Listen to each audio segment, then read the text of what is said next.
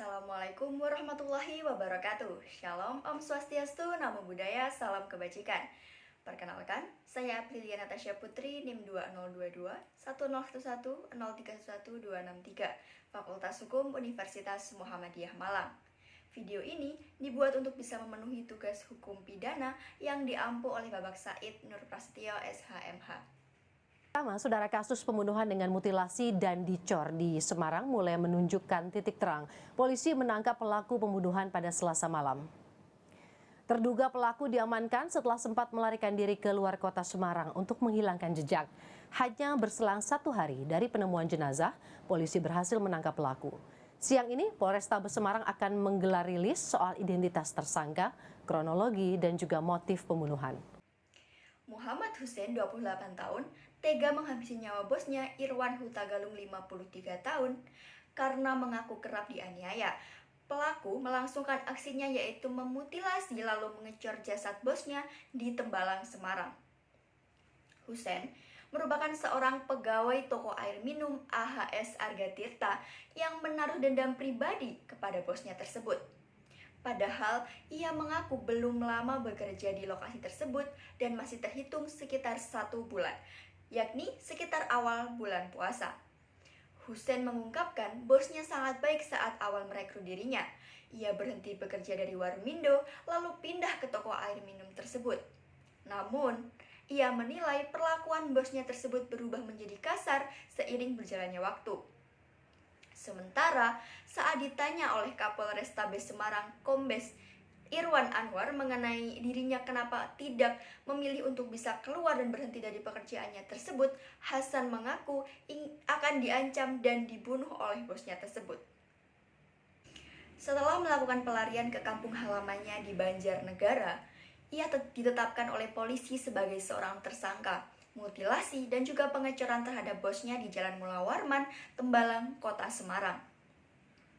Ketika ditanya soal pembunuhan sadis itu, dirinya atau Hussein dengan santai mengaku merasa puas dan sama sekali tidak menyesali perbuatannya.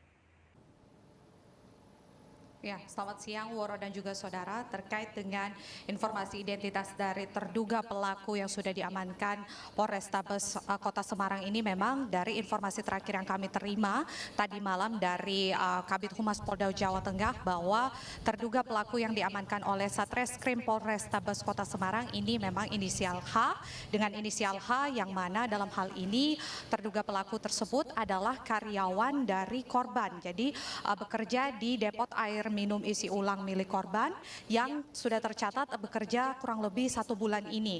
Dan keterangan lanjutannya yaitu keterangan dari saksi yang telah diperiksa, saksi yang mana yang menemukan pertama kali jenazah korban ini, bahwa memang pada hari Sabtu malam terduga pelaku ini sempat berpamitan kepada saksi untuk kemudian ingin keluar dari pekerjaannya atau resign dari pekerjaannya dan kembali ke kota asalnya. Kemudian saksi ini sempat menanyakan kepada terduga pelaku bahwa apakah sudah berpamitan dengan pemilik depot air minum isi ulang tersebut atau dalam hal ini adalah korban, dan terduga pelaku ini menjawab bahwa memang sudah berpamitan dengan korban pada hari Jumat malam begitu, sehingga saksi kemudian menerima kunci ruko tersebut dan membiarkan terduga pelaku ini pergi untuk pulang ke kampungnya begitu. Sana kan jarang ada yang akses. Oke, jarang yang akses ke samping situ, Iya. sempit. Kecuali saya. Nah, di situ kemudian ditimbun, Iya. kemudian diberi semen, Iya. dicor. Iya, selang sekitar 1 harian. Berarti hari Jumat. Dicornya kapan? Hari Sabtunya. Hari Sabtu. Sore. Atas kejahatannya tersebut, tersangka atau Muhammad Hussein dijerat dengan pasal 340 KUHP tentang pembunuhan berencana dengan ancaman 20 tahun penjara. Jika dianalisis menggunakan teori-teori hukum pidana yang telah disampaikan oleh Babak Said melalui pembelajaran selama di kelas, maka saya dapat menyimpulkan bahwasanya yang pertama, lokus delikti atau tempat terjadinya tindak pidana tersebut adalah Jalan Mula Warman, Tembalang, Semarang, atau tepatnya di toko air minum Arga Tirta milik korban.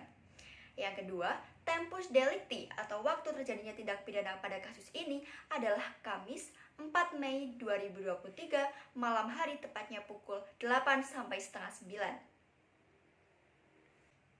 Menurut analisa saya, yang dilakukan oleh tersangka atau Muhammad Hussein tersebut merupakan sifat melawan hukum, baik itu formil maupun material. Sebab perbuatan tersebut sudah memenuhi semua unsur yang terdapat dalam perumusan tindak pidana menurut undang-undang. Dengan kata lain, perbuatan tersebut sudah jelas dilarang dan juga diancam dengan pidana oleh undang-undang.